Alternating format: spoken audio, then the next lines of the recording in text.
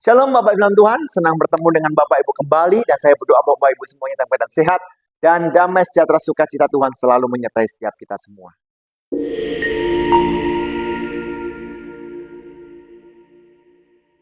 Shalom Bapak Ibu, saya Pendeta Yosua Gunawan dari Gereja GBI Keluarga Allah Blessing Kota Surabaya.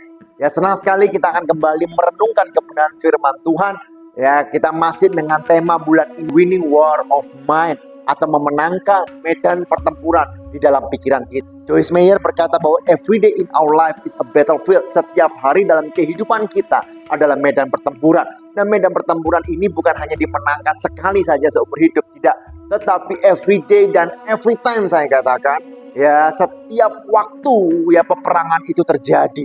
Nah, peperangan ini harus dimenangkan hari demi hari. Setiap saat kita menangkan. Karena kalau kita memenangkan medan peperangan ini Bapak Ibu, maka kita akan melihat dan menyaksikan betapa baiknya dan luar biasanya Tuhan dalam setiap aspek kehidupan kita.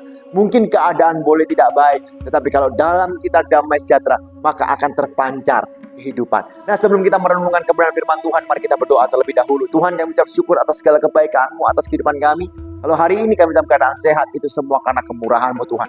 Biarlah Engkau urapi setiap kami semua tanpa terkecuali Tuhan. Roh Kudus lawat kami, berbicaralah sebebas-bebasnya.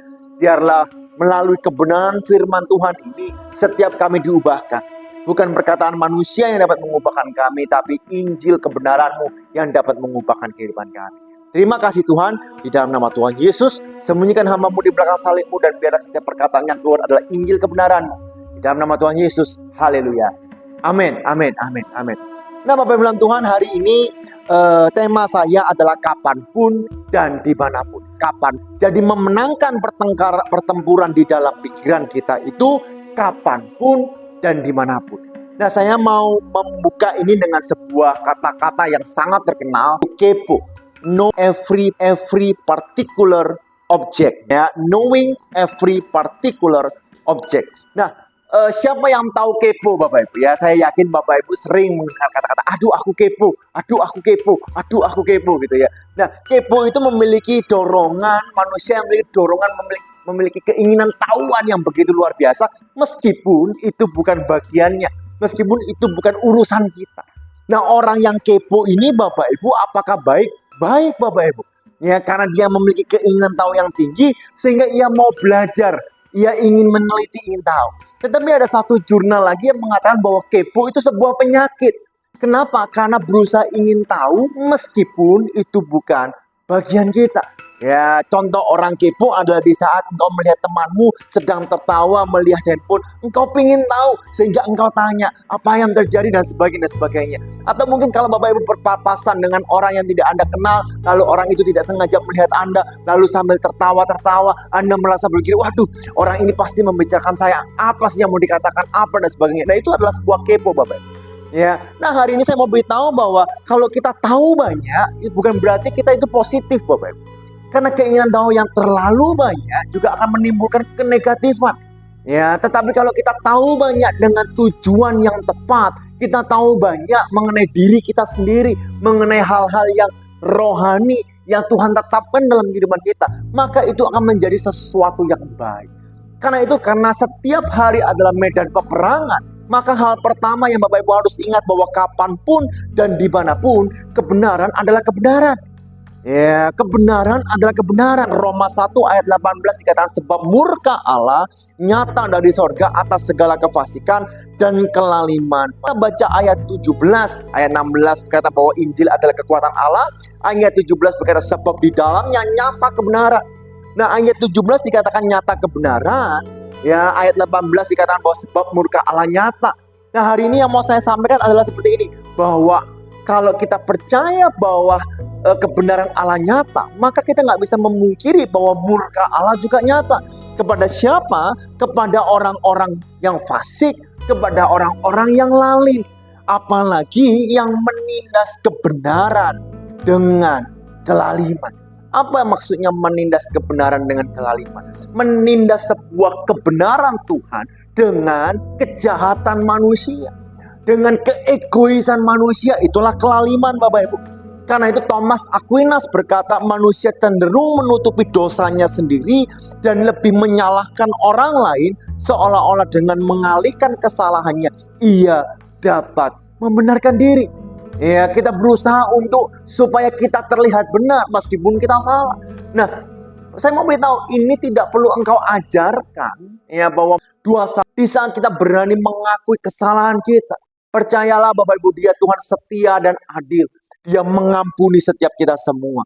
Karena itu 1 Yohanes 1 ayat 9 berkata, jika kita mengaku dosa kita, maka Ia adalah setia dan adil, sehingga Ia akan mengampuni segala dosa kita dan menyucikan kita dari segala kejahatan. Nah, ingat Bapak Ibu, untuk memenangkan pertempuran ini, ingatlah baik-baik bahwa kebenaran adalah kebenaran. Yang kedua Bapak Ibu, kapanpun dan dimanapun Allah dapat menyatakan karyanya dalam kehidupan kita. Kalau Allah dapat menyatakan karyanya, maka seharusnya setiap hari kapanpun dan dimanapun kita bisa bersyukur atas penyertaan, atas karya Tuhan yang begitu indah. Roma 1 ayat 19 sampai 20 Bapak Ibu, saya langsung ambil versi firman Allah yang hidup. Saya akan ambil versi firman Allah yang hidup. Sebab kebenaran mengenai Allah diketahui oleh mereka secara naluri. Allah telah menanamkan pengetahuan ini dalam hati mereka. Sejak mula pertama manusia telah melihat bumi, langit, dan segala ciptaan Allah, dan mengetahui tentang adanya Allah serta kuasanya yang besar lagi kekal itu, jadi mereka tidak dapat berdalih. Jadi Bapak Ibu, kalau Bapak Ibu melihat alam semesta ini, Bapak Ibu melihat bagaimana matahari bergerak, bagaimana Bapak Ibu melihat sebuah kendaraan yang terjadi, bahkan di saat Bapak Ibu melihat makanan dan Bapak Ibu dapat melihat manusia, saya percaya Bapak Ibu engkau dapat melihat karya Kristus. Ya, saya nggak akan menjelaskan detail ini Bapak Ibu, tetapi Thomas Aquinas dalam tesisnya dikatakan apakah Allah hidup? Dia memberikan 5 pernyataan bahwa Allah itu hidup.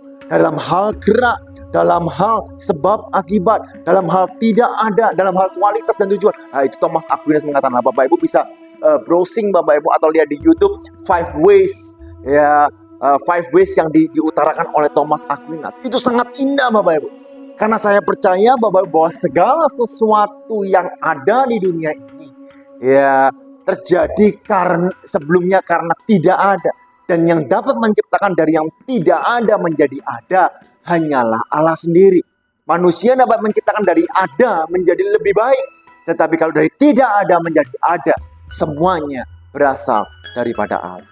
Nah, yang ketiga Bapak Ibu, kalau kita udah tahu bahwa kebenaran adalah kebenaran, dan kita bisa melihat bahwa kita bisa melihat Tuhan dalam setiap karyanya. Yang terakhir Bapak Ibu juga harus tahu bahwa berhala juga akan selalu ada. Ya, berhala akan selalu ada dalam pikiran kita. Roma 1 ayat 21 berkata, sebab sekalipun mereka mengenal Allah, mereka tidak memuliakan Dia sebagai Allah atau mengucap syukur kepadanya. Sebaliknya, pikiran mereka menjadi sia-sia dan hati mereka yang bodoh menjadi gelap. Mereka berbuat seolah-olah mereka penuh hikmat, tetapi mereka telah menjadi bodoh. Bapak Ibu, berhala bukan hanya sekedar patung. Berhala bukan hanya sekedar apa yang kita sembah. Tetapi saya suka Bapak Ibu, Timothy Keller berkata seperti ini. Sebuah berhala adalah apapun yang lebih penting bagi Anda daripada Tuhan. Apapun yang menyerap hati dan imajinasi Anda lebih daripada Tuhan.